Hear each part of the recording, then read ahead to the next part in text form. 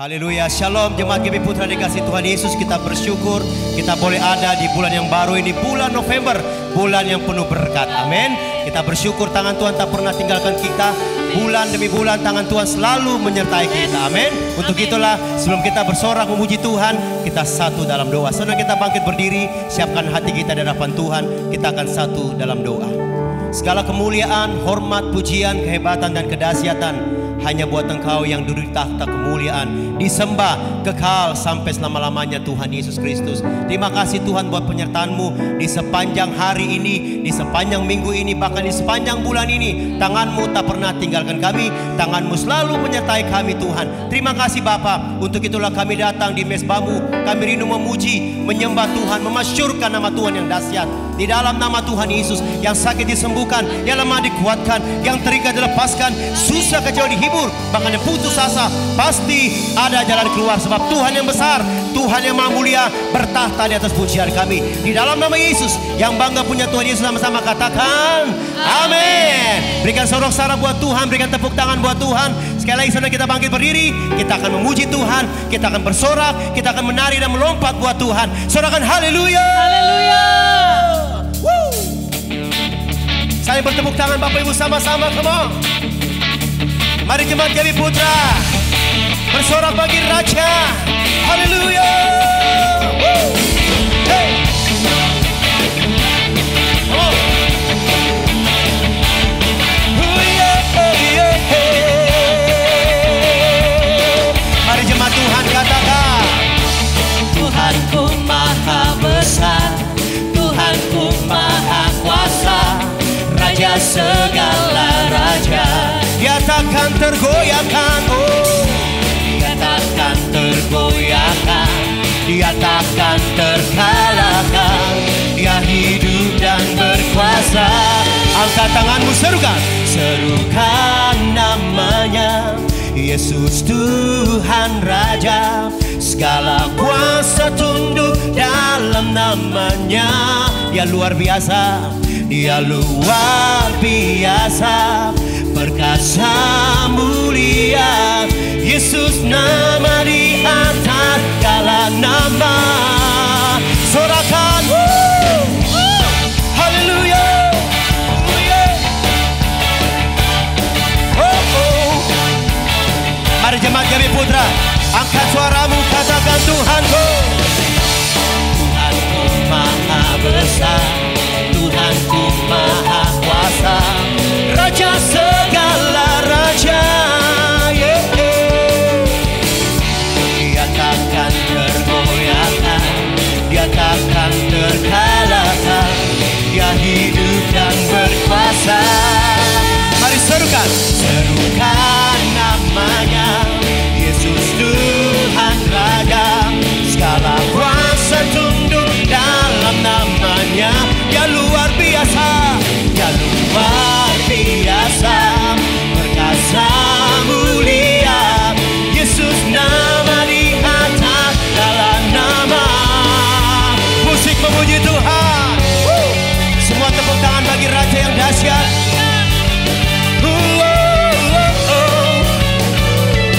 Yeah, yeah, yeah. Angkat tanganmu, angkat suaramu, serukan Dia. Say, serukan namanya, Yesus Tuhan Raja. Segala kuasa tunduk dalam namanya. Dia luar biasa, Dia luar biasa, perkasa mulia. Yesus nama di atas segala nama.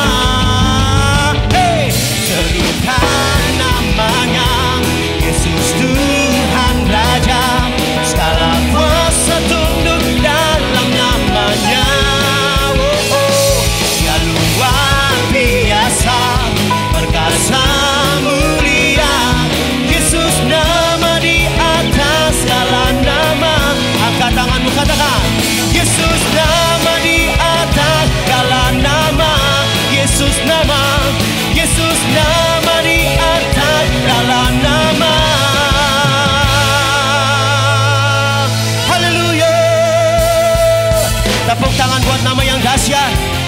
Nama Yesus satu-satunya nama yang berkuasa di surga, di bumi, bahkan di bawah bumi. Sujud mendengar namamu. Haleluya, yeah. Mari jemaat Gabi Putra, angkat tanganmu, katakan namanya Tuhanku, menara yang teguh, kota benteng perlindunganku. Dia Allah, Allah yang perkasa, Dia Bapa yang kekal. Gunung batu keselamatanku. Angkat tanganmu, katakan Engkau yang termulia di bumi, di surga, termasyur, perkasa selamanya. Dari mesbah ini kami katakan berkuasa di dalam segala hal, ada kuasa dalam nama Yesusku. Mari bersorak bagi Tuhan yang dahsyat, saudara.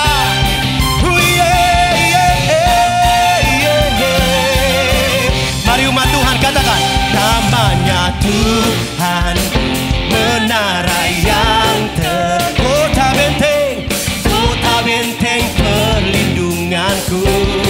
Ya Allah, Allah yang perkasa, Ya Bapa yang kekal. Gunung batu keselamatan siasa.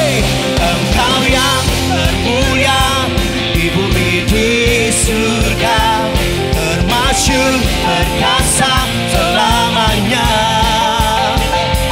Engkau yang berkuasa di dalam segala hal, ada kuasa dalam nama Yesusku. Nama Yesus nama yang dahsyat, amin. Satu-satunya nama yang berkuasa di surga, di bumi, bahkan di bawah bumi. Sujud mendengar nama itu, saudara. Nama yang sanggup memberikan engkau kelepasan, nama yang sanggup memberikan jalan keluar, nama yang dahsyat. Nama siapa? Nama Yesus, amin. Angkat tanganmu, katakan nama di atas segala nama, nama yang telah membebaskanku. Yes Lord. Segala kuasa tunduk pada nama itu, Yesus Tuhan, segala Tuhan. Panggil namanya, saudara. Nama di atas segala nama, amin. Nama yang telah membebaskanku. Segala kuasa tunduk pada nama itu, Yesus Tuhan, segala Tuhan. Say, Engkau yang berkuasa di bumi, di surga, termasyur, perkasa selamanya. Angkat tanganmu, katakan Engkau yang berkuasa di dalam segala hal, ada kuasa dalam nama Siap. Here we go.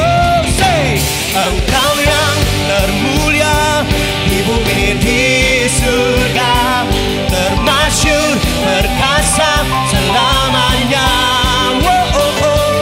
Engkau yang berkuasa di dalam segala hal, ada kuasa dalam nama Yesusku. Ada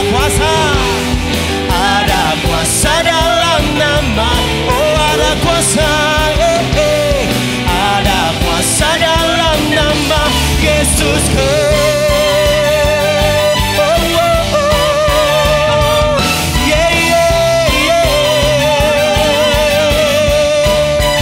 Haleluya, sorakan haleluya, sorakan haleluya, sorakan haleluya, sorakan haleluya, sorakan haleluya.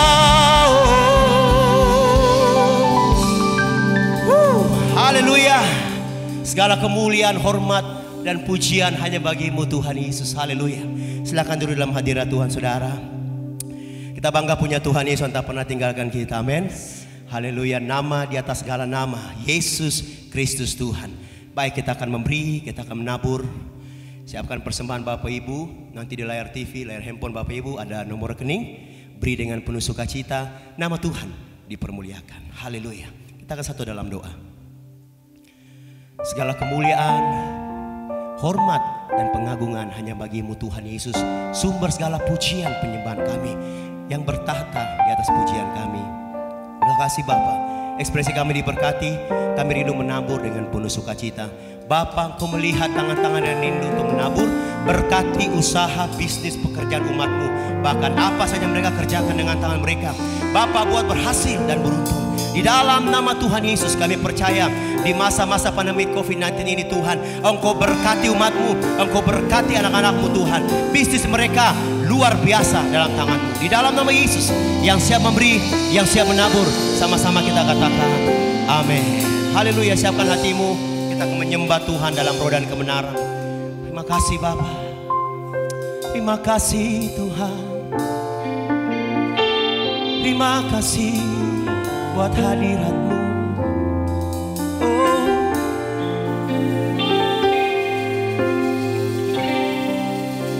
saat terindah dalam hadirat-Mu,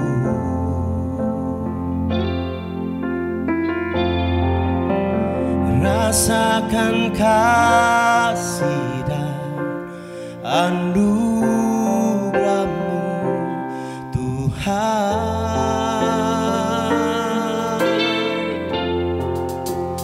mengalir memenuhiku.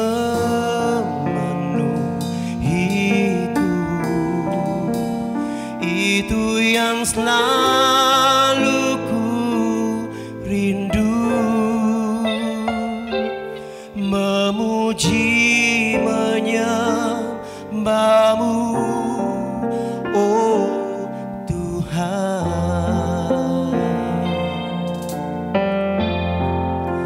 Saat indah bersama-Mu, itu yang selalu ku rindu, menikmati Engkau dalam hadirat-Mu.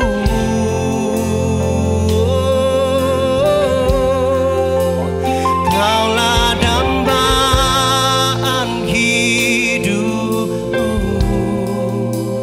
Kaulah satu di hatiku.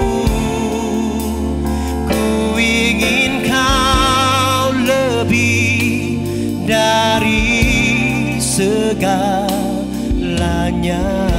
Mari Bapak Ibu di rumah, kita pelajari lagu ini. Katakan, saat terindah dalam hadirat-Mu, kami rasakan kasih-Mu, rasakan kasih dan anugerah-Mu Tuhan,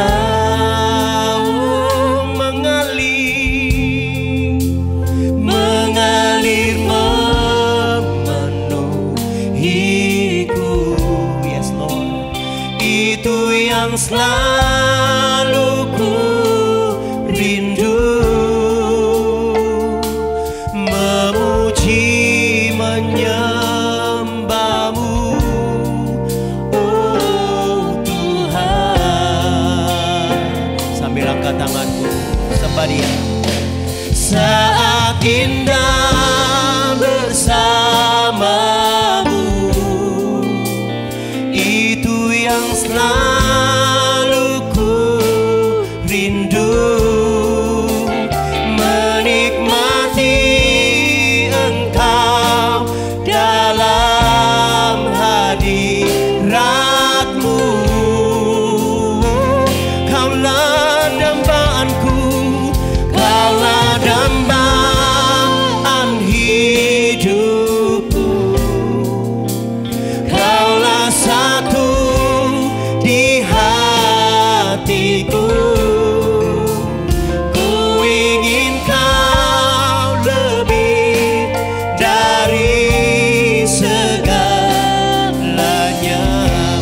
Bapak Ibu yang di rumah, angkat tangan sembah dia.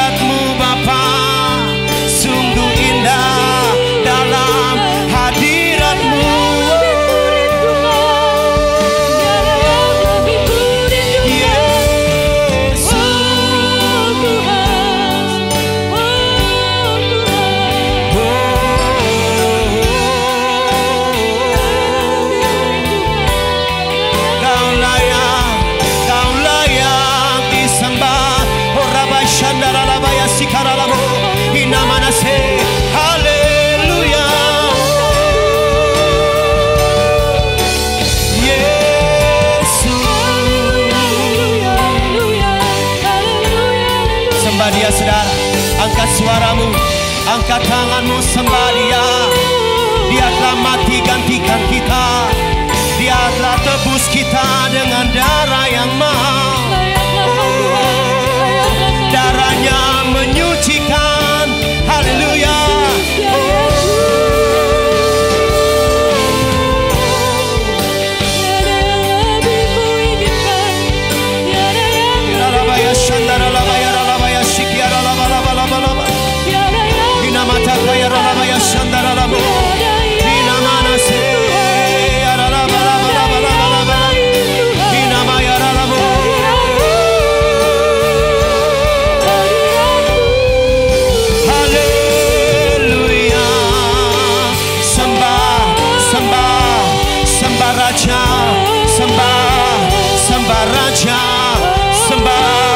Sembah Raja.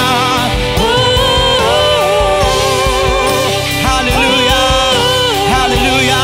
Setiap lutut kan bertelut, setiap lidah mengaku Yesus Tuhan. Rabashikara laba. Kekudusan-Mu di tempat ini Tuhan. Kau Allah yang kudus. Kau Allah yang kudus. Kau yang bersemayam di atas pujian umat-Mu. Kau kudus. Kau kudus, kudus, kudus, kuduslah Tuhan. Kau kudus disembah selamanya Tuhan. Mari para penyembah angkat suaramu, angkat tanganmu. Sembah Dia, ekspresikan sembahmu. Angkat tanganmu, angkat suaramu, sujud, sembah Dia.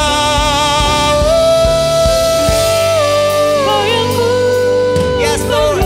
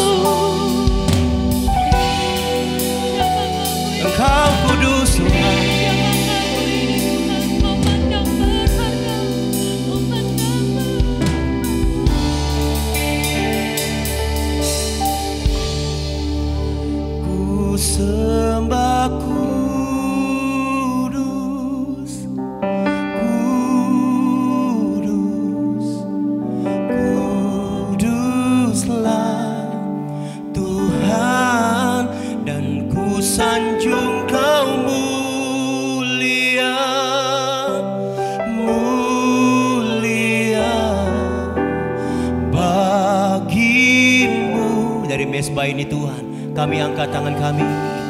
Ku sembah kudus, kudus, yes Lord. Kuduslah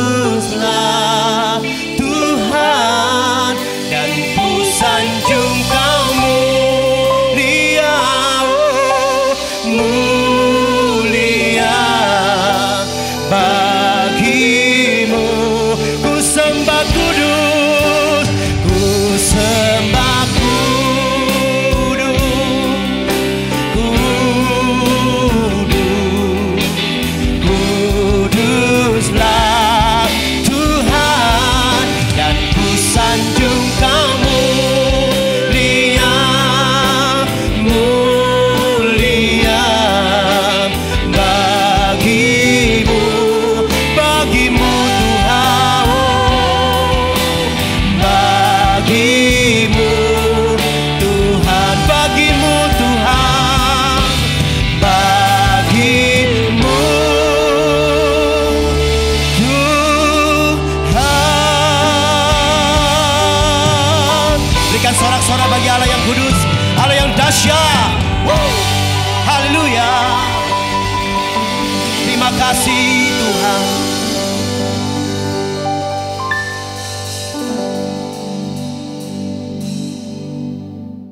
Saudara sekalian semuanya, shalom dan selamat beribadah. Dalam ibadah online kita yang ke-32, lebih dari setengah tahun kita terus lakukan ibadah tidak secara tatap muka. Tapi semakin hari kita menyadari kita makin perlu Tuhan. Karena kalau saudara melihat situasi dunia saat ini, situasi dunia itu tetap saja kacau.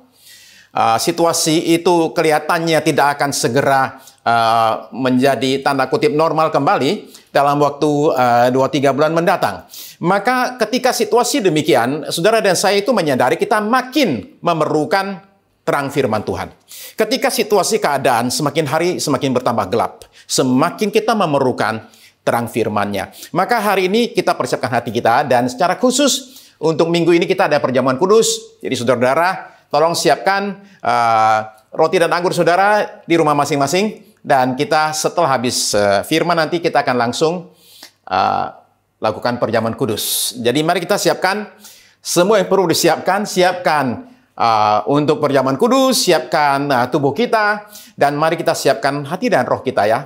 Mari kita berdoa. Terima kasih Bapa Sorgawi, langit dan bumi akan berlalu, tetapi firman-Mu tinggal tetap.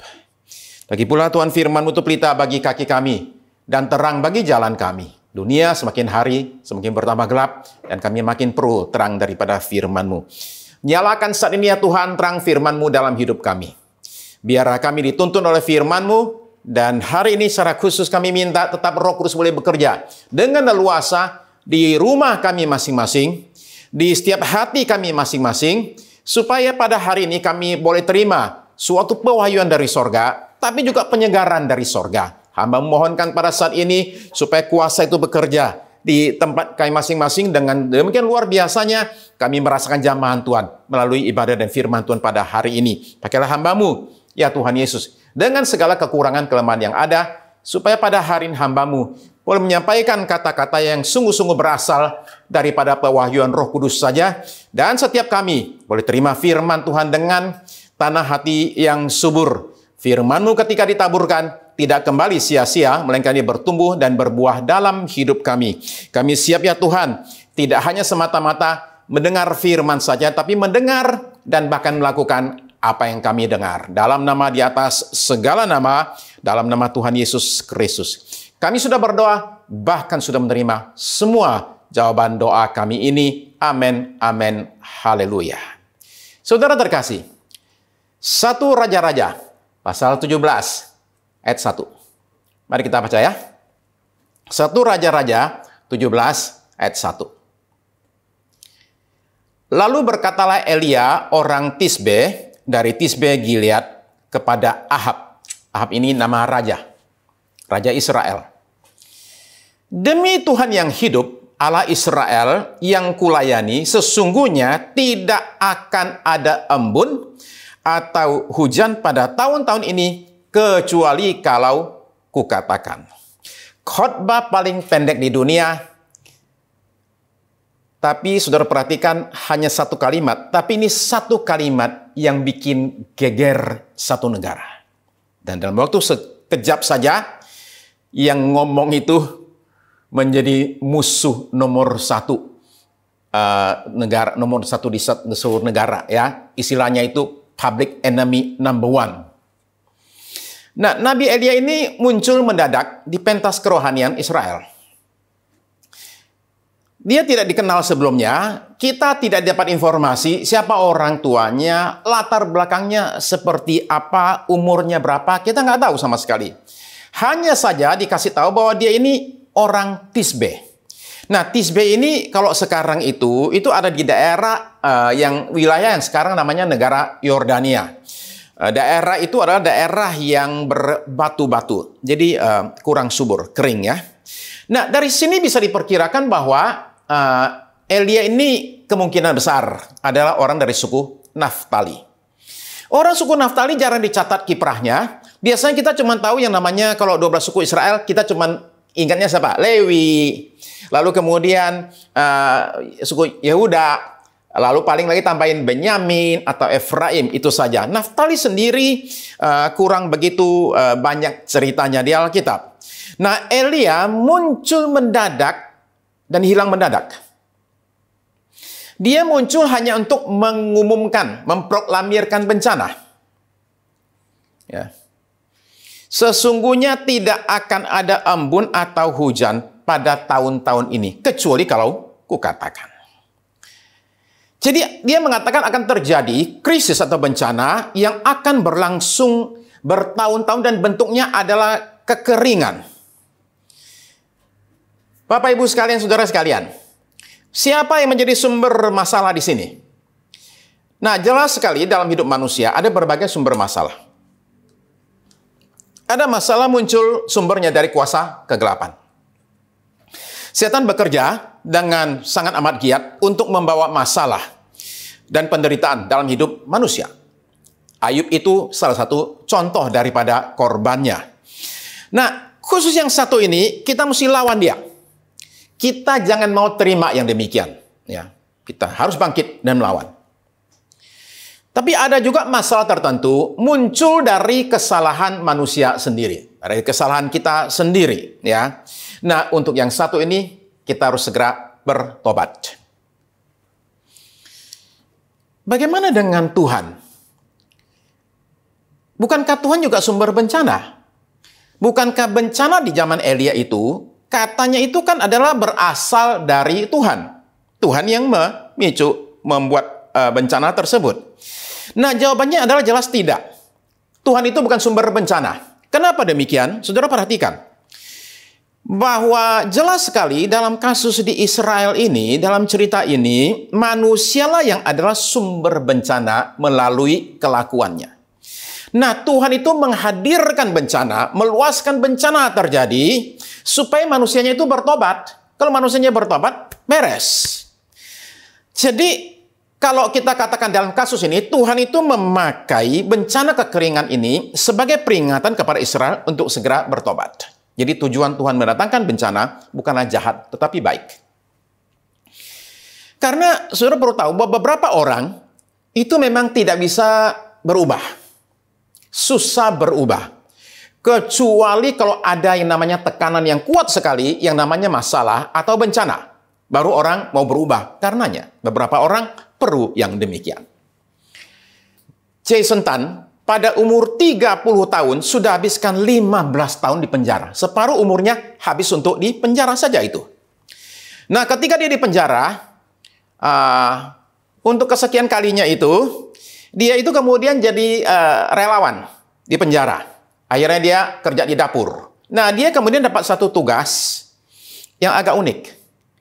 Dia dikasih tugas memasak untuk mereka yang mau dihukum mati dengan digantung.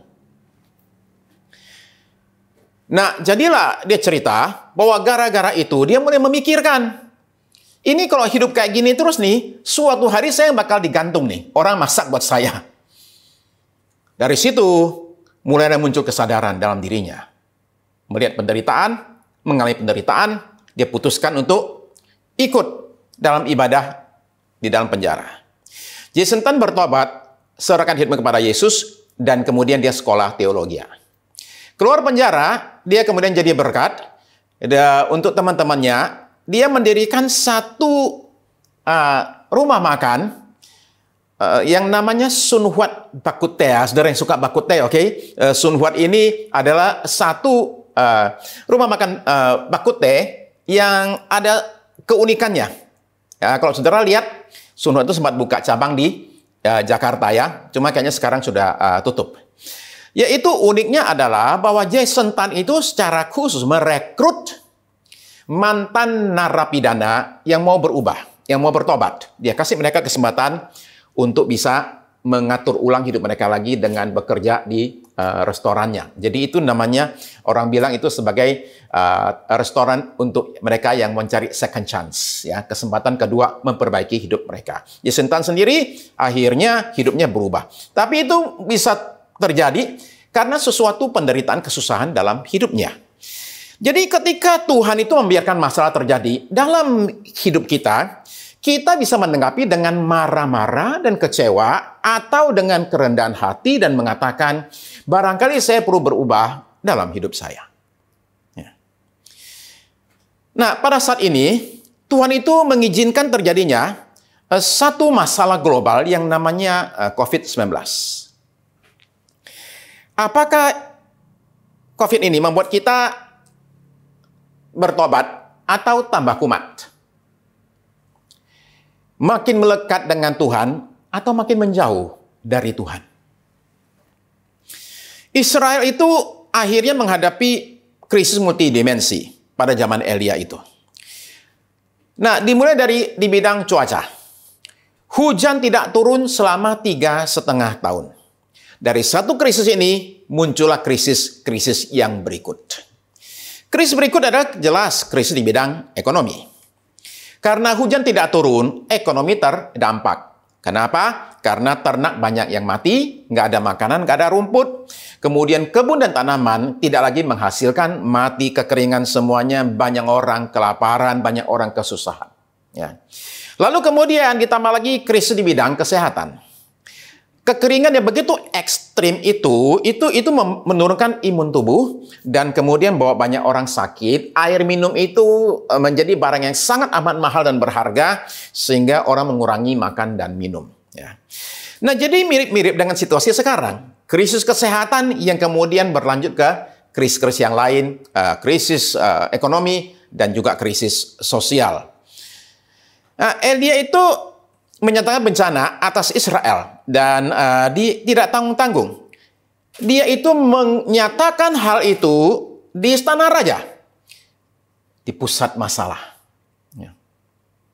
Kenapa saya bilang istana Ahab itu sebagai pusat masalah? Nah, kerajaan Israel pada zaman itu dipimpin oleh Raja Ahab. Begini catatan Alkitab tentang raja yang satu ini. Ya, 1 Raja-Raja 16 ayat yang ke-30. 1 Raja-Raja 16 ayat 30 sampai 33. Saudara perhatikan catatan Alkitab. Ahab bin Omri melakukan apa yang jahat di mata Tuhan lebih daripada semua orang yang mendahulunya. 31. Seakan-akan belum cukup ia hidup dalam dosa-dosa Yerobeam bin Nebat. Masih juga belum cukup dengan semua dosa, dia tambah lagi itu. Tambahnya apa? Maka ia mengambil pula Izebel, anak Etbaal, raja orang Sidon menjadi istrinya, sehingga ia pergi beribadah kepada Baal dan sujud menyembah kepadanya, kepada Baal. Ayat yang ke-32. Kemudian ia membuat mezbah untuk Baal, itu di kuil Baal yang didirikannya di Samaria. Dia bangun kuil untuk Baal. Ya. Ayat 33. Sesudah itu Ahab membuat patung Asyera dan Ahab melanjutkan bertindak demikian. Perhatikan kata-kata berikut. Sehingga ia menimbulkan sakit hati Tuhan Allah Israel lebih dari semua raja-raja Israel yang mendahulunya. Tidak ada yang lebih parah daripada Ahab. Ya. Israel itu mencapai puncak kejahatannya, bukan puncak kejayaannya. Puncak kejahatannya pada zaman raja ini. Ada 19 raja Israel untuk kerajaan utara, dan Ahab ini nomor 7. Ya. Nah, saudara perlu tahu bahwa Ahab ini bukan raja ecek-ecek ya. Karena ada namanya itu muncul dalam penggalian arkeologi. Sekalipun tidak langsung disebutkan sebagai Ahab, tapi anaknya Omri. Kalau saudara perhatikan, ada prasasti namanya prasasti Mesa yang dibuat oleh Raja Moab. Nah, prasasti itu ditemukan beberapa tahun yang lalu dan di situ dicatat nama anak Omri, ya, yang mengalahkan kerajaan Moab. Dia juga pernah mengalahkan kerajaan Aram. Jadi dia ini seorang raja yang secara kemampuan itu cukup bagus. Nah, jadi, tapi persoalan utama bukanlah Ahab ini nggak punya kemampuan untuk memerintah. Dia mampu. Persoalannya itu juga bukan soal dia itu malas, dia itu rajin. Bukan soal dia pinter atau ngaco dalam memilih pembantu atau menterinya ini. Persoalan utamanya adalah kerohaniannya. Nah, kalau sudah demikian, pemimpin itu menentukan. Pemimpin yang rohaninya baik, itu biasanya itu akan membawa efek yang baik juga kepada yang di bawah, yang dia pimpin. Dan ini berlaku untuk segala macam kepemimpinan. dari pemimpin negara, pemimpin bangsa, sampai kepada pemimpin gereja, pemimpin perusahaan, sampai kepada pemimpin rumah tangga, para suami. Efeknya itu akan terlihat kepada mereka yang dipimpin. Ya. Nah, begitu parahnya kerohanian Ahab ini, sehingga kita perlu baca ulang kata-kata yang mengerikan ini. Ia menimbulkan sakit hati Tuhan Allah Israel lebih dari semua raja-raja yang mendahulunya. Apa yang dia lakukan? Dia menikah katanya dengan satu istri bernama Isabel. Isabel ini dari keluarga penyembah dewa Baal. Nah, tapi Isabel ini tidak cukup bahwa dia datang, kawin, masuk kerajaan Israel di bawah Ahab, dan dia nggak cukup bahwa dia diizinkan untuk menyembah Baal. Nggak cukup. Dia juga mau mengubahkan sistem kerohanian Israel, sehingga penyembah Allah Israel, Yahweh itu semua dihabiskan.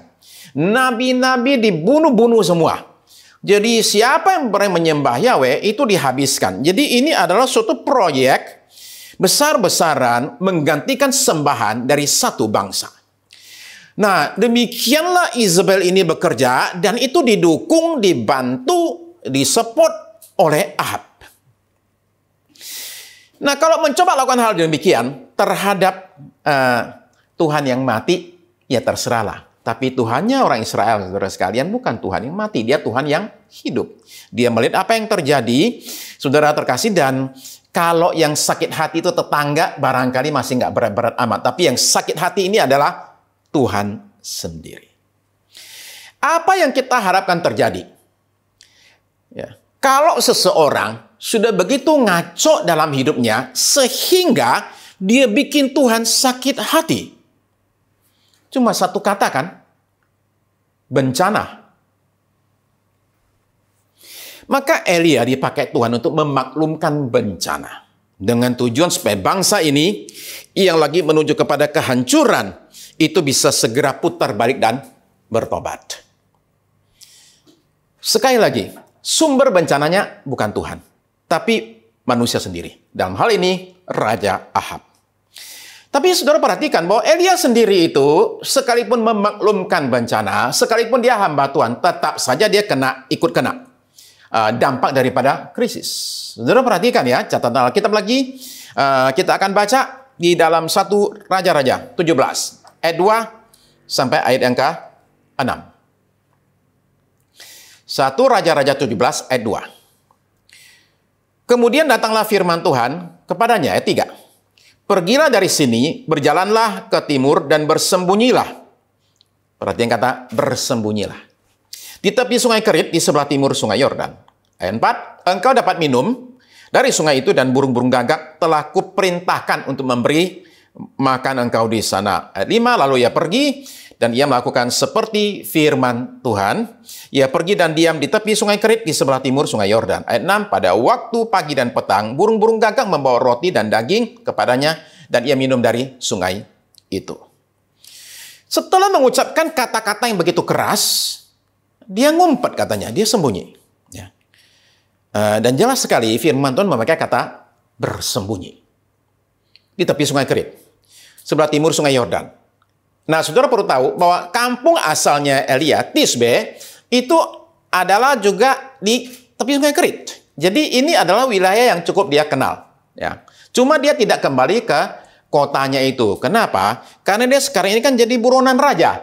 Dan saudara kan tahu kan, kalau yang namanya mau cari orang, pertama-tama cari kemana? Ke rumahnya dulu. Maka Elia ini tidak pulang ke rumah. Ya, dia tinggal di pinggir sungai Kerit. Jadi dengan muncul di istana saja, sebenarnya Elia itu sudah menantang bahaya. Karena memang ada upaya sistematis untuk membunuh semua nabi-nabi yang menyembah kepada Allah Israel, saudara sekalian. Sudah begitu, Elia terang-terang mengaku dia hamba Tuhan lagi. Demi Tuhan yang hidup yang aku layani. Dia ngomong, saya hamba Tuhan. Lalu bukan cuma itu, dia mengumumkan terjadinya satu bencana. Ya. Jadi, saudara kan perlu tahu jelaskan bahwa Timur Tengah itu daerah itu banyak gurun pasir. Ya, air itu adalah barang yang sangat amat berharga. Nah, sekarang Elia mengatakan, saya ini menyatakan firman Tuhan, nggak akan ada hujan bertahun-tahun, kecuali kalau saya ngomong. Berarti dia mengatakan bahwa ini karena saya nih. Ya. Nah, saudara perhatikan begini, bahwa dalam Tuhan bahkan tidak salah untuk seseorang untuk sementara waktu disuruh Tuhan bersembunyi dulu. Nah, kita terkadang baca Alkitab sekilas, hanya baca juga sekilas, baca dangkal sekali, ayat seperti jika Allah di pihak kita, siapakah lawan kita? Lalu kita tiba pada kesimpulan yang terlalu dangkal. Siapa saja boleh dan harus kita lawan tanpa kita takut karena Allah di pihak kita. Ya. Oh, saudara-saudara sekalian, begini, yang benar Allah di pihak kita, siapa lawan kita, tapi juga perlu diperhatikan waktu dan cara melawannya juga harus benar. Kalau belum waktunya melawan, ya sama saja mati konyol. Maksud saya begini, contoh ya. Ketika Israel keluar dari Mesir dan sampai di pinggir Kanaan, mereka sudah tinggal masuk. Lalu kemudian diambil keputusan mengirimkan 12 mata-mata. Mata-mata masuk ke sana, ketika mereka kembali, laporannya itu bertolak belakang, dua kelompok. Yang satu bilang, mari kita masuk dan maju, kita akan menang. Satu lagi bilang, enggak. Ya, di sana terlalu kuat, kita nggak mungkin menang. Ya, udah kita balik aja. Dan itu terjadilah huru hara pada malam itu. Terjadi pemberontakan. Dan mereka, orang Israel ini mengatakan, mari kita balik kanan. Kita pulang kembali ke Mesir saja. Ya. Lalu terjadilah di situ, Tuhan itu marah dan menyatakan hukumannya. Nah, gara-gara dengar gitu, Israel itu balik lagi. Jadi dari semula nggak berani masuk, habis dengan peringatan Tuhan, oh sekarang kita masuk. Dan kata Musa, jangan masuk. Percuma, nggak usah. Israel nggak mau tahu, masuk juga, kalah. Nah, itu yang dimaksud, saudara sekalian. Tuhan itu menyertai mereka sampai sejauh itu, tapi ada situasi tertentu, kita perlu dengar suara Tuhan dulu. Ya. Nah, kembali ke Elia. Dia disuruh bersembunyi. Untuk apa dia sembunyi? Dia sembunyi bukan karena dia takut sama Ahab loh, ya. Tapi dia sembunyi karena dia perlu dipersiapkan untuk satu tugas besar nanti yang menunggu dia. Pertarungan dengan 450 nabi Baal dan 400 nabi dari Asyera di Gunung Karmel. Nah, pada saat itu ketika dia muncul, Elia ini belum siap sama sekali untuk pertarungan tersebut. Dia perlu suatu waktu persiapan secara roh untuk dia siap hadapi pertempuran tersebut. Maka dia disuruh sembunyi. Oke? Dia perlu tenang, nggak diganggu oleh Ahab dan oleh Isabel. Nah, kita ikuti perjalanannya ya. Dia disuruh sembunyi di tepi sungai Kerit. Seperti apa rasanya orang sembunyi dari kejaran raja? Ingat ya, yang ngejar ini raja loh ya, bukan tetangga. Dia pasti nggak bebas kemana-mana. Dia mesti tinggal di tepi sungai kecil itu dan jangan sampai kelihatan orang. Nanti kalau orang tahu gitu lapor sama raja, dia repot. Jadi dia jangan ketemu sama orang, diam sendiri di sana, ngumpet-ngumpet di sana, minum air dari sungai. Tapi di sini kita melihat bahwa di tengah-tengah situasi menekan demikian, dia mulai melihat mukjizat pertama. Bagi orang yang dipakai Tuhan dan taat dengan Tuhan. Yaitu apa? Tuhan kasih tahu sama dia, gagak akan membawa makanan bagi dia. Di sini Elia belajar yang namanya benar-benar bergantung sepenuhnya kepada Tuhan. Kenapa saya bilang bergantung sepenuhnya? Karena dia nggak perlu lakukan apa-apa. Dia cuma diam saja dan menunggu. Dia nggak perlu nyangkul dulu, dia nggak perlu berburu dulu, dia nggak perlu masak dulu. Jadi makanan itu datang dibawa oleh burung gagak. Mukjizat pertama, dia tetap bisa makan. Mukjizat kedua, makanannya cukup bergizi. Ada roti dan daging, sandwich dan burger. Ya. Mukjizat ketiga, yang memberi dia makan adalah burung. Burung-burung gagak telah kuperintahkan untuk memberi makan engkau di sana. Kalau manusia ngasih makan ya itu biasa. Tapi kalau burung bawa makanan, saudara sekalian. Mukjizat yang keempat. Burungnya bukan sembarangan, burungnya burung gagak. Ini juga mujizat. Kenapa? Karena saudara perlu tahu bahwa gagak itu biasa nyimpan makanan. Tapi ada satu hal yang tidak disukai oleh gagak. Yaitu apa? Makanannya diambil sama orang. Jadi begitu gagak lihat makanannya berkurang, dia akan langsung ganti lokasi. Nggak akan mau di situ lagi tuh. Gagak itu egois, nggak mau berbagi. Ketika dia makanan berkurang, dia langsung pindah tempat. Jadi saudara bayangkan sekarang, berbulan-bulan itu burung datang terus dan kasih makanan kepada Elia. Ya. Jadi di situ mata Elia itu terbuka melihat keajaiban itu. Dan di situ imannya akan kuasa Tuhan itu tambah tebal. Nah, ini bekal dia untuk nanti dia memanggil api turun dari langit. Nah, kita nggak tahu berapa lama dia di sana, kena lockdown gitu, ya, mengalami yang namanya isolasi mandiri. Yang jelas nggak 1-2 minggu, itu berbulan-bulan. Nah, di tepi sungai Kerit ini, Elia menghadapi 3 tantangan. Dan tantangan-tantangan ini bisa jadi juga menjadi tantangan kita semua. Nomor 1, kebosanan. Bosan. Ya. Nggak boleh kemana-mana. Makanan diantar oleh burung. Wih, hari pertama, wow, dahsyat. Yuhu, yehi. Luar biasa. Kenapa? Ada burung antar makanan buat kita. Apa nggak itu mujizat yang luar biasa sekali? Maka Elia saking senangnya lihat burung itu, dan itu burungnya setia, bawa makanan terus pagi dan sore. Akhirnya dia kasih nama burung gagak itu. Dia panggil itu sebagai GoFood. Nah, saudara sekalian, dia panggil itu GoFood datang. Nggak usah dipanggil datang terus-menerus. Bawa makanan terus. Ya, roti dan daging. Baru juga nyampe. Langsung disikat sama Elia. Kayak kita melihat yang namanya Indomie. Rasa sambal matah. Itu langsung lihat itu. Udah deh. Oke, nggak nunggu lama-lama. Langsung dia sikat itu makanan tersebut. Besok begitu lagi. Masih asik. Ya. Lusa itu burung datang lagi tuh. Bawa lagi yang sama. Roti dan daging. Masih puji Tuhan. Cuma udah agak berkurang dikit tuh. Ya. Agak kurang asik. Kenapa? Kok nggak ganti menunya ya?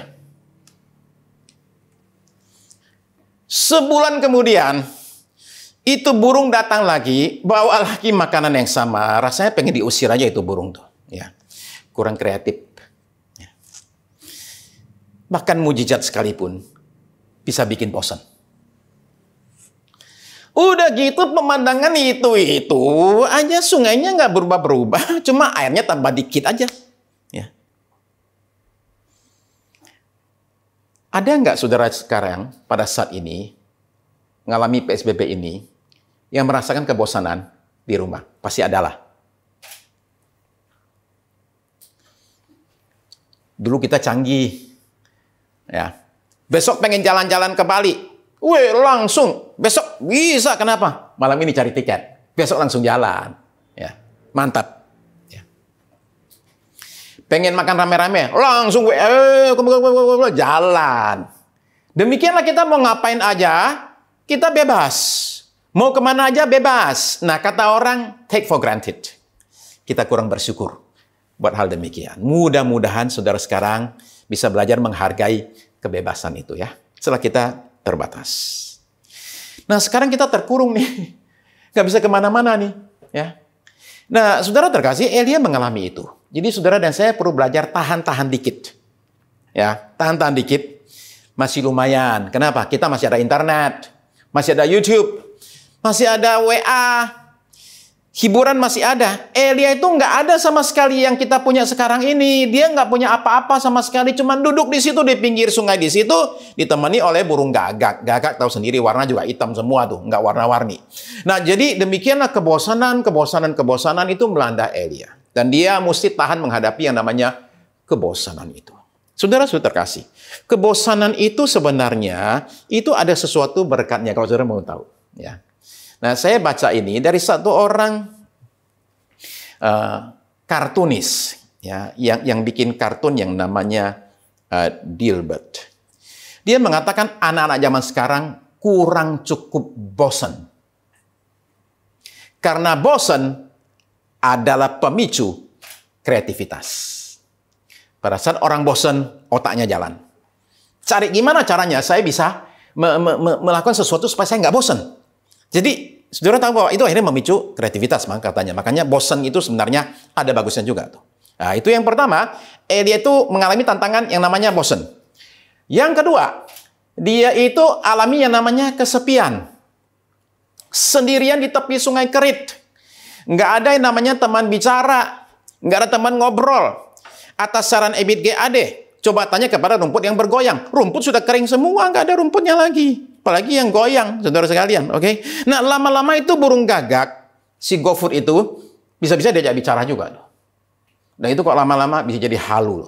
Lama-lama burungnya nyaut. Oke? Lama-lama jadi gila. Nah, ada tipe kepribadian manusia yang namanya ekstrovert. Orang ekstrovert itu sukanya rame-rame, senangnya itu kumpul-kumpul, ya. Rasanya jadi bergairah kalau ada orang-orang di sekitarnya dia. Ya, tipe ekstrovert itu yang akan mengalami betul-betul tantangan. Kalau di tengah-tengah, ini namanya kesepian, nggak ada orang lain. Disuruh ke Sungai Kerit, baru 1 jam, udah minta balik. Ada lagi tipe namanya introvert, ya. Sukanya itu sendirian. Ya. Nggak suka rame-rame. Ini mungkin agak tahan. Tetap aja berbulan-bulan kayak gitu, rasanya jadi istilah orang senyo juga. Ya. Karena kita tetap perlu manusia lain dalam hidup kita. Nah, saudara sekalian, mungkin ada saudara yang bahkan sebelum pandemi saja sudah merasakan yang namanya kesepian. Nggak perlu pandemi, sudah merasa kesepian. Saudara tahu nggak? Orang itu bisa sendirian dan merasa kesepian. Tapi orang juga bisa berada di antara orang ramai dan merasa kesepian. Orang bisa saja sudah kawin, punya pasangan dan tetap merasa kesepian. Jadi sendirian adalah masalah jumlah. Kesepian adalah masalah persepsi. Jikalau saudara merasakan kehadiran Tuhan, maka sekalipun saudara sendirian, saudara tidak akan kesepian. Maka saudara yang merasakan kesepian, saya menganjurkan kita semua untuk kita itu mencari yang namanya hadirat Tuhan. Dan menemukan penyertaan Tuhan dalam situasi hidup kita. Kita nggak akan pernah alami namanya kesepian, saudara-saudara sekalian. Ya. Nah, lalu kemudian yang ketiga, tantangan Elia itu yang ketiga adalah kekhawatiran. Rasa amannya itu terganggu karena makin hari Sungai Kerit itu yang sumber minumnya dia itu makin hari itu makin mengecil, makin kering. Aliran air makin dikit, kekhawatiran melanda Elia. Ini gimana nih kalau sampai sungainya ini kering nih? Saya mau minum dari mana nih? Karena makanan boleh segudang. Kalau nggak ada minuman, mati juga.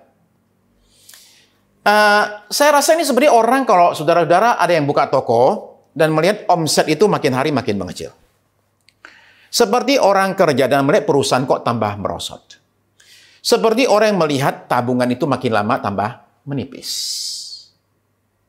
Rasa aman kita terganggu, kekhawatiran itu muncul. Kita bertanya, apa yang terjadi sebulan dari sekarang, 2 bulan dari sekarang?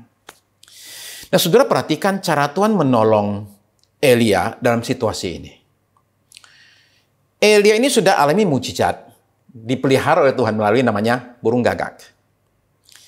Dan Tuhan nggak bilang gini, jangan takut, sungainya saya bikin ada terus airnya. Enggak loh, ya. Enggak. Tuhan bilang begini sama Elia, oke, kita ganti cara, kita pindah lokasi. Pindah lokasi, mari kita baca. 1 Raja-Raja, pasal yang ke-17, kita baca 7 sampai ayat yang ke-16. 1 Raja-Raja 17 ayat 7. Tetapi sesudah beberapa waktu, sungai itu menjadi kering sebab hujan tidak turun di negeri itu. Ya. 8. Maka datanglah firman Tuhan kepada Elia. 9. Bersiaplah pergi ke Sarfat yang termasuk wilayah Sidon.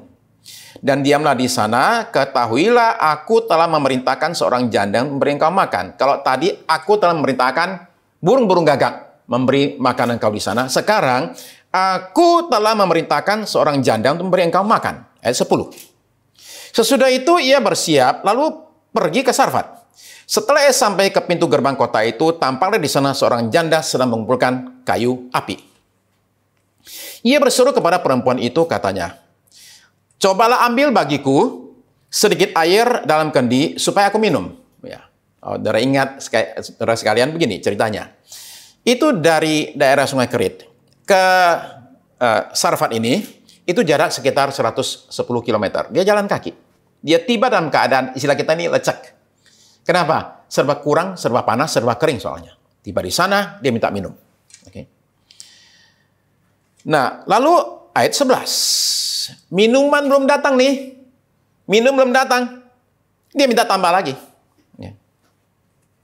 Ketika perempuan itu pergi mengambilnya, lagi istilah kita OTW ngambil minum, Elia itu teriak lagi. Dia bersuruh lagi, "Cobalah ambil juga bagiku sepotong roti." Wah, ini hamba Tuhan satu ini benar-benar loh ya. Minta minum, ya, nggak kenal lagi ya. Nggak bilang dia mau bayar. Ya. Minta minum belum diambil, minta makan. Ya. 12. Perempuan itu menjawab, "Demi Tuhan Allahmu yang hidup, sesungguhnya tidak ada roti padaku sedikit pun." Jangan minta roti, saya nggak ada roti, udah nggak ada sama sekali makanan. Ya. "Kecuali segenggam tepung dalam tempayan dan sekip minyak dalam buli-buli.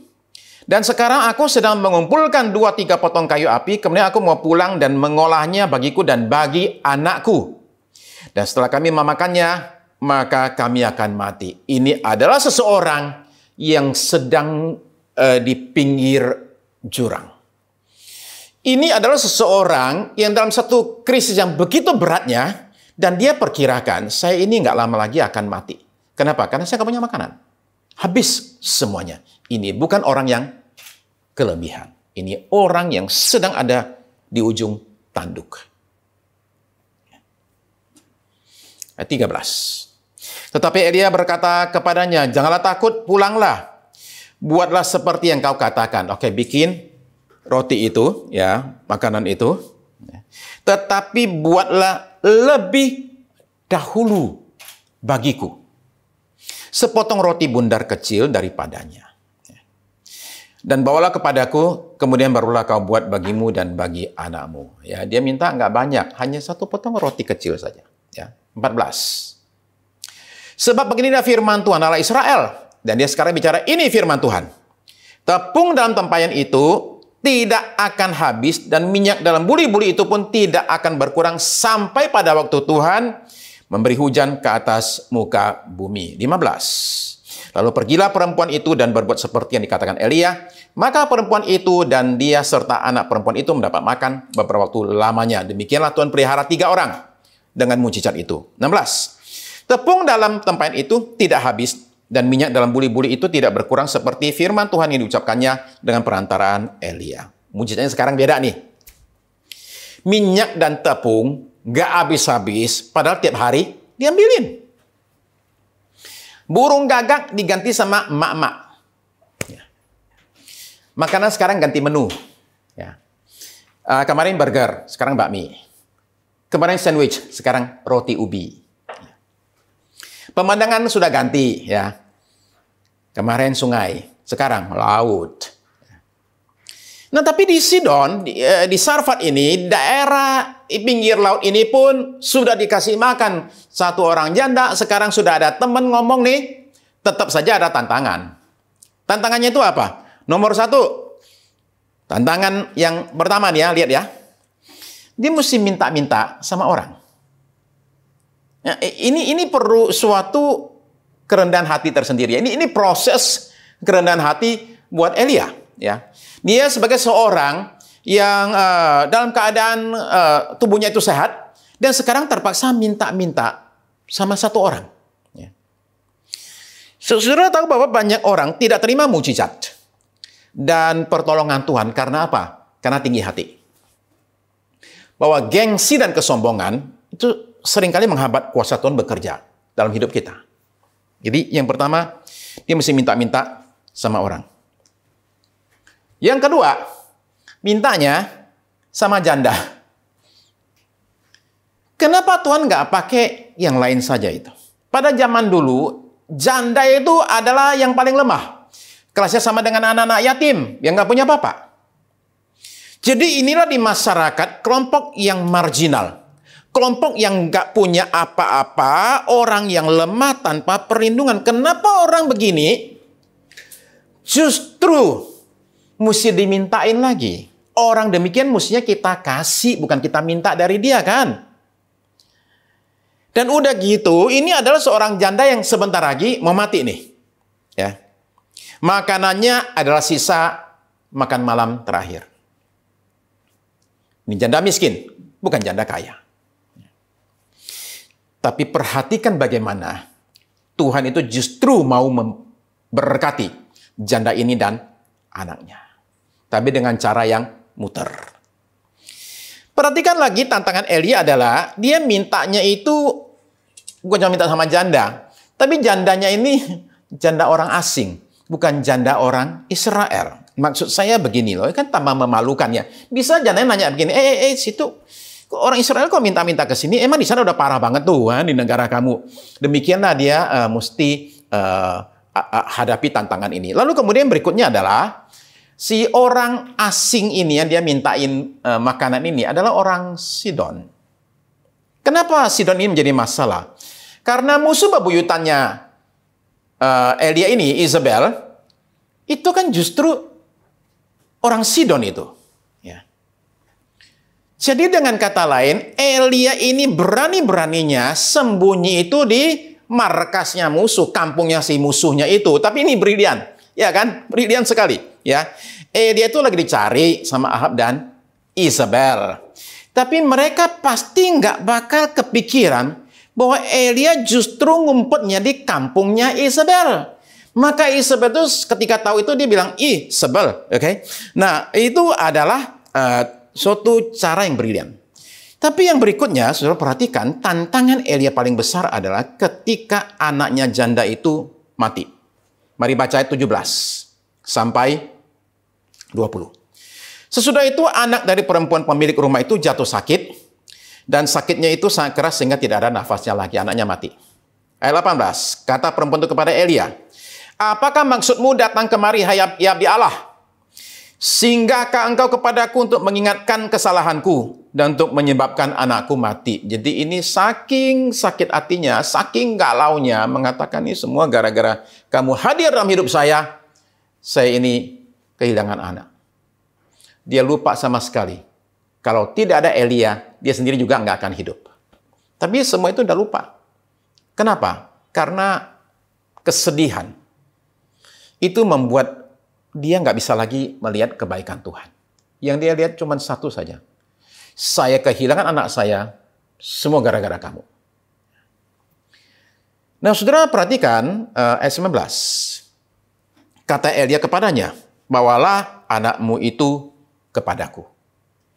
Elia mengambilnya dari pangkuan perempuan itu dan membawanya naik ke kamarnya di atas dan membaringkan anak itu di tempat tidurnya. Sesudah itu ia berseru kepada Tuhan, katanya, ya Tuhan, Allahku, apakah engkau menimpakan kemalangan ini atas janda ini juga yang menerima aku sebagai penumpang dengan membunuh anaknya? Tantangan terbesar Elia. Ini janda orang baik, dipakai Tuhan untuk menolong hidupnya. Orang ini adalah berkat untuk pelayanan dan untuk hamba Tuhan. Tapi justru orang baik demikian mengalami musibah. Ya. Saudara tahu kan bahwa orang demikian itu biasanya sama hamba Tuhan didoakan siang dan malam nih. Ya. Bagi Elia ini sungguh membingungkan dan sungguh meresahkan. Dia galau sekali. Ya. Karena kesannya itu seolah-olah tidak ada perlindungan Tuhan. Maka dia terkesan di awal menyalahkan Tuhan. Dia bilang begini. Ayat 20 saya ulang ya. Ya Tuhan Allahku, apakah engkau menimpakan kemalangan ini atas janda ini juga yang menerima aku sebagai penumpang dengan membunuh anaknya? Tuhan ini gimana ini? Ya. Apa Tuhan itu lakukan demikian sehingga ini saya numpang di sini, udah diterima di sini, dikasih makan semuanya, nggak usah bayar lagi, sekarang kok anaknya mati? Ya. Tapi perhatikan dia bangkit dari tekanan. Dia ingat akan pengalamannya di Kerit. Dia ingat akan soal burung-burung gagak. Dia ingat perkataannya tentang cuaca terjadi. Dia ingat suara Tuhan. Dan dia bangkit kembali, semangatnya muncul kembali, dan dia yakin Tuhan pasti akan menolong hal ini, dan kemudian dia mendoakan anak tersebut, dan anak tersebut akhirnya bangkit kembali dari kematian. Ingat, sejauh yang kita tahu, saudara-saudara sekalian, sebelum Elia ini, kalau saya tidak salah, belum pernah ada kejadian orang mati bangkit. Tapi Elia dengan iman yang luar biasa, dari satu persatu imannya itu tambah naik levelnya pada satu level, dia sekarang percaya bahwa doa yang dia naikkan ini akan membangkitkan anak ini dari kematian. Dan itu terjadi. Saudara-saudara kasih, kunci mujizat adalah pastikan kita selalu berada di tempat yang dikehendaki oleh Tuhan. Ini yang pertama. Saudara perhatikan Elia. Disuruh ke Krit, dia ke Krit. Disuruh ke Sarfat, dia ke Sarfat. Ya. Sehingga kita perlu bertanya saat ini nih, apakah kita ada di tempat yang memang Tuhan inginkan buat kita? Atau kita ternyata sekarang berada di luar wilayah kehendak Tuhan? Itu perlu kita pastikan, saudara sekalian. Sebelum kita ini bicara soal pertolongan Tuhan, mujizat, keajaiban. Pastikan yang satu ini, bahwa kita ada di tempat yang memang Tuhan kehendaki kita berada. Kita jangan sampai ada di luar kehendak Tuhan, saudara sekalian. Saudara dan saya ini terkadang berada di tempat yang salah, tapi minta pertolongan Tuhan. Ya. Cari tahu kehendak Tuhan, saudara sekalian. Karena Tuhan kita Tuhan yang hidup. Dia mendengar doa kita dan dia menjawab doa kita. Ya. Dia punya rencana buat hidup saudara dan saya. Hidupmu ini bukan kesalahan. Saudara lahir di dunia bukan kecelakaan. Tuhan punya rencana buat hidup kita masing-masing. Dan kita perlu cari tahu rencananya buat kita. Dan ketika kita masuk rencana Tuhan, keajaiban itu mengikuti kita. Yang kedua adalah kita ini perlu ikuti petunjuk Tuhan atau suara Tuhan sekalipun terkadang berat. Elia suruh sembunyi, nggak enak tuh, suruh sembunyi. Sembunyi di Kerit, ya, bukan tempat yang enak juga, di pinggir sungai itu, ya. Nggak enak. Suruh sembunyi di Sarfat, nggak enak juga itu. Numpang di rumah orang, nggak enak juga itu. Ya. Janda tadi juga, perhatikan, diminta air oleh Elia. Air itu kan barang langka saat itu. Diminta, oke? Dan dia kasih. Udah gitu, Elia minta makan lagi. Makanan dia sendiri sudah nggak cukup buat dia sama anaknya ini. Masa mesti dibagi lagi? Serba tidak enak. Nah, saudara terkasih, perhatikan Elia minta petunjuk. Bikinin roti buat saya itu nggak usah banyak-banyak. Cukup dikit aja. Maksudnya, nggak usah kasih semuanya. Ya, nggak usah kasih banyak-banyak. Nggak usah kasih separuh lah. Bikinin yang kecil aja buat saya. Cuma sebagai tanda ketaatanmu. Bukti imanmu. Tunjukkan dengan itu. Kasih saya hamba Tuhan. Dan saya akan nyatakan mujizat Tuhan atas hidupmu. Nah, jadi janda itu nggak langsung ngamuk loh dan bilang gitu. Dasar nabi ngaco. Ya. Masa kasih dia dulu? Saya sendiri aja nggak makan. Ya.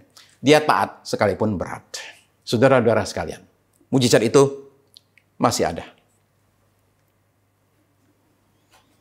Tempat favorit bunuh diri di Amerika Serikat itu namanya jembatan Golden Gate di San Francisco. Dari semenjak jembatan berdiri sampai dipasang jaring pengaman tahun 2014, itu sudah 1.400 orang mati di jembatan itu. Lompat, mati. Pada tanggal 25 September tahun 2000, satu anak muda umur 19 tahun bernama Kevin Hines tiba di jembatan itu. Selama berbulan-bulan, dia sudah dengar suara ngomong di pikirannya. Suara itu bilang, kamu mati saja. Kamu manusia nggak berguna. Jangan jadi beban orang saja. Ya, mending kamu mati aja deh. Dan kamu harus mati. Dan dia cerita, tiba di jembatan tersebut, itu suara ngomong, kamu harus mati. Lompat sekarang. Dia lompat.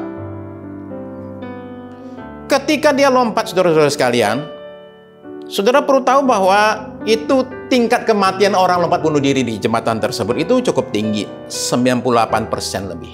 Ya. Nggak sampai 2% orang yang bisa selamat di situ. Tapi Kevin Hines ini termasuk orang yang sedikit yang bisa selamat itu. Nah, saudara bisa perhatikan, saya tunjukkan fotonya, dia lagi berdiri di jembatan Golden Gate, di tempat di mana dia lompat. Perhatikan wajahnya itu, penuh dengan senyum, saudara sekalian. Dia selamat. Dia lompat dari ketinggian sekitar kayak seperti kalau bangunan itu lantai 20, ya, lantai 20 lompat, sebenarnya ya pasti matilah. Tapi dia mendarat di air dan 3 tulang punggungnya itu patah, dan patahan itu menusuk ke organ bagian dalam tubuhnya. Kenapa dia nggak mati? Kenapa dia selamat? Ini kesaksian Kevin. Ketika dia melompat, pada saat melompat itu katanya tiba-tiba dia seperti sadar. Kenapa aku lompat? Aku masih mau hidup. Terus ini kalimat berikutnya. Tuhan, tolong aku. Dia hantam air. Dan Tuhan tolong dia bukan dalam bentuk burung gagak, tapi seekor singa laut yang tanda kutip kebetulan lagi lewat di bawah jembatan. Ada satu orang di atas jembatan melihat kejadian dari atas dan kemudian memotret. Melihat si Kevin ini dalam keadaan sudah setengah pingsan, didukung oleh seekor singa laut. Dan singa laut itu terus dukung dia sampai datang tim penyelamat dari Coast Guard. Coast Guard ini kok bisa datang cepat begini? Pada saat si Kevin itu lompat, ada satu orang naik mobil lewat. Dia lompat. Orang ini punya teman kerja di tim SAR itu. Dia langsung teman-temannya, ada orang lompat di jembatan Golden Gate, dan langsung tim SAR hanya 10 menit sampai di situ. Dan singa laut itu dukung dia di situ sampai itu kapal penyelamat itu datang. Tapi bukan di situ Tuhan berhenti. Ketika dia masuk ke rumah sakit, dokter ahli bedah terakhir sebenarnya sudah harus pulang. Karena satu hal dokternya nggak jadi pulang, ada kerjaan lain, dia nggak jadi pulang. Karena nggak jadi pulang, ketika Kevin datang, dokternya itu bisa langsung ambil tindakan dan menolong dia. Saudara terkasih, Kevin itu menyatakan, semua ini karena Tuhan yang menolong saya sehingga saya tidak jadi mati. Mujizat demi mujizat terjadi dalam pergumulan hidupnya. Nah, saya cerita tentang Kevin ini, ya, karena ada satu hal yang terjadi pada diri Kevin yang membuat dia sekarang menjadi aktivis pencegahan bunuh diri. Waktu dia masih baru keluar rumah sakit, masih pakai kruk.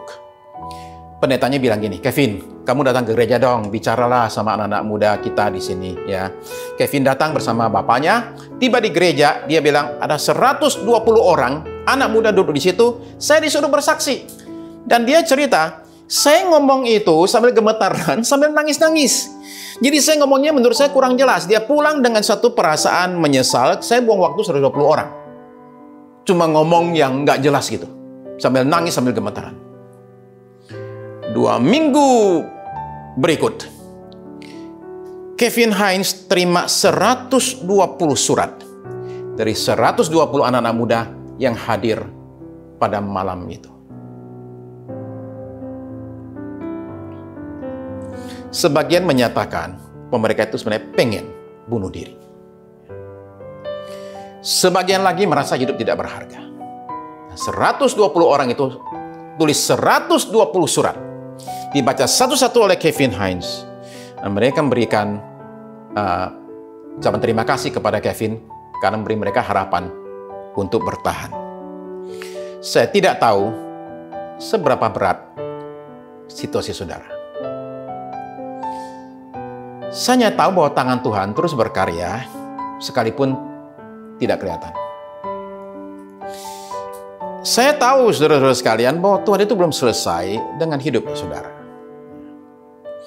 Sekalipun hidupmu boleh jadi berantakan seperti Kevin, tapi Tuhan bisa mengubahkan semua itu dan jadikan hidupmu menjadi berkat.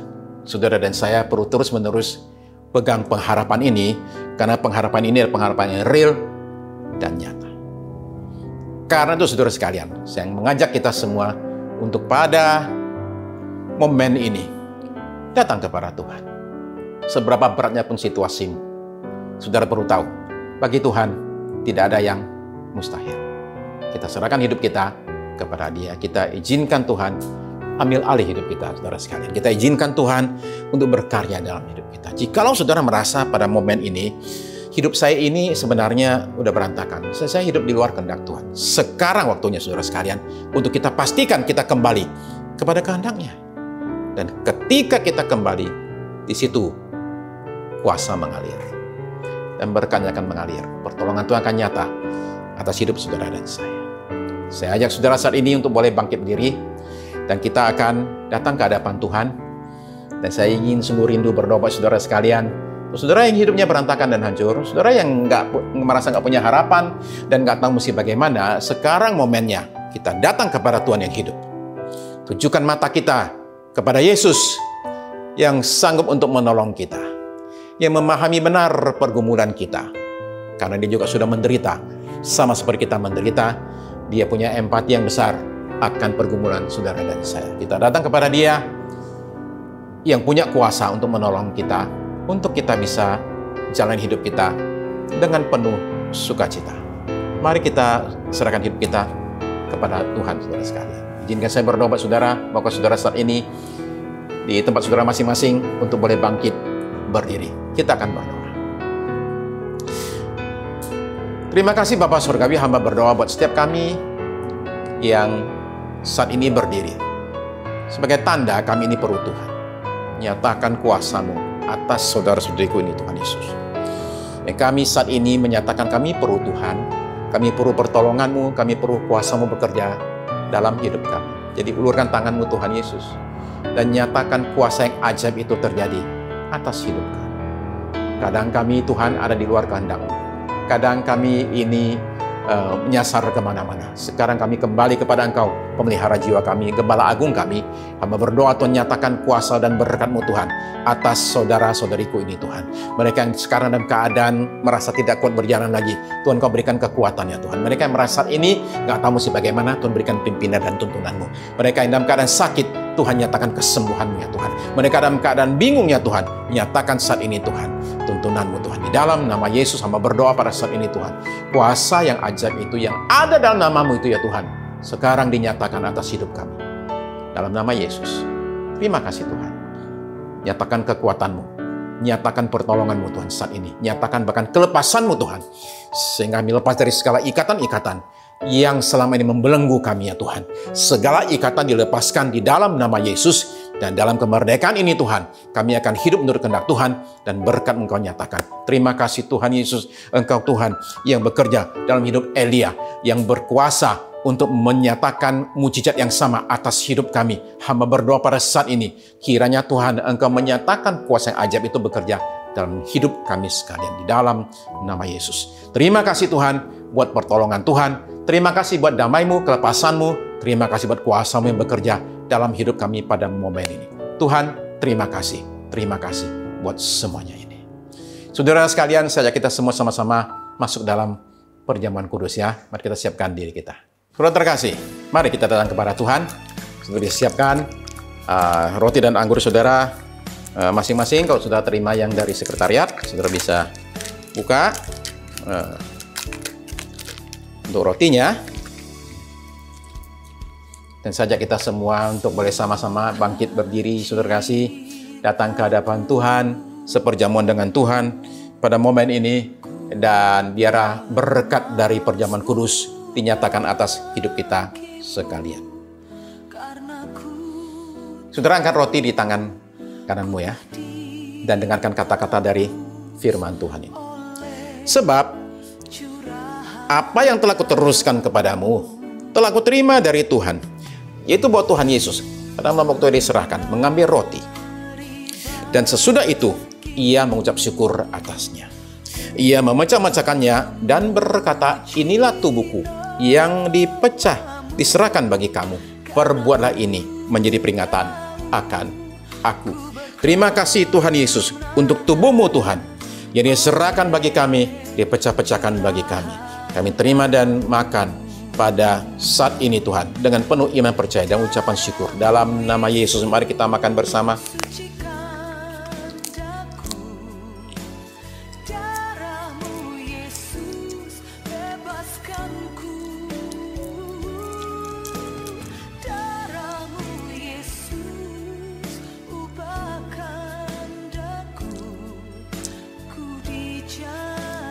Saudara angkat cawan saudara. Demikian juga Yesus mengambil cawan sesudah makan, lalu berkata, cawan ini adalah perjanjian baru. Ini meteraikan oleh darahku. Perbuatlah ini setiap kali kamu meminumnya, menjadi peringatan akan aku. Terima kasih Tuhan Yesus untuk perjanjian baru ini Tuhan. Cawan perjanjian baru ini dimeteraikan oleh darah yang suci dan mulia, darah-Mu ya Tuhan. Kami terima dan minum pada saat ini dengan penuh iman, percaya dan ucapan syukur dalam nama Yesus. Mari kita minum bersama.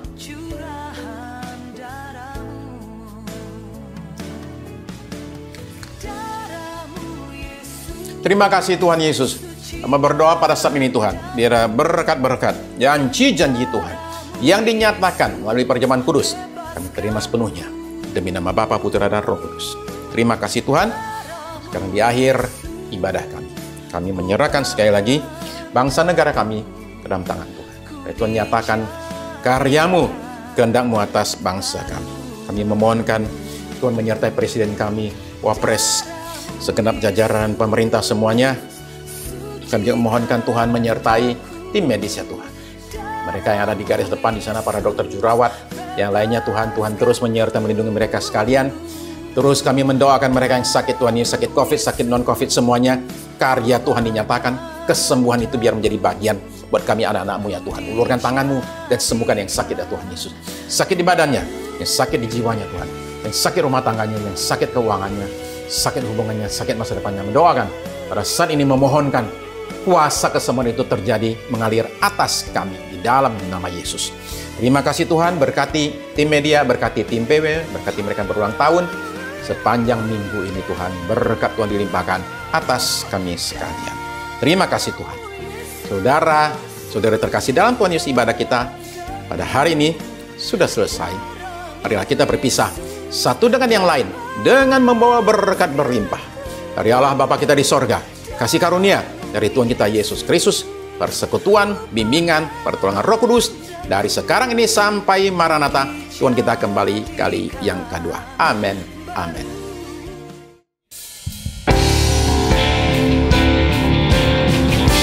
Terima kasih Yesusku, terima kasih Yesusku, puji syukur hanya bagi Tuhanku.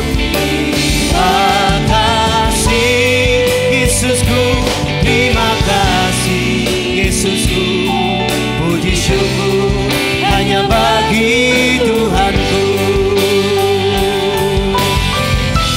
Terima kasih Yesusku, terima kasih Yesusku, puji syukur hanya bagi Tuhanku. Terima kasih Yesusku, terima kasih Yesusku, puji syukur hanya bagi Tuhanku. Puji syukur hanya bagi Tuhanku. Puji syukur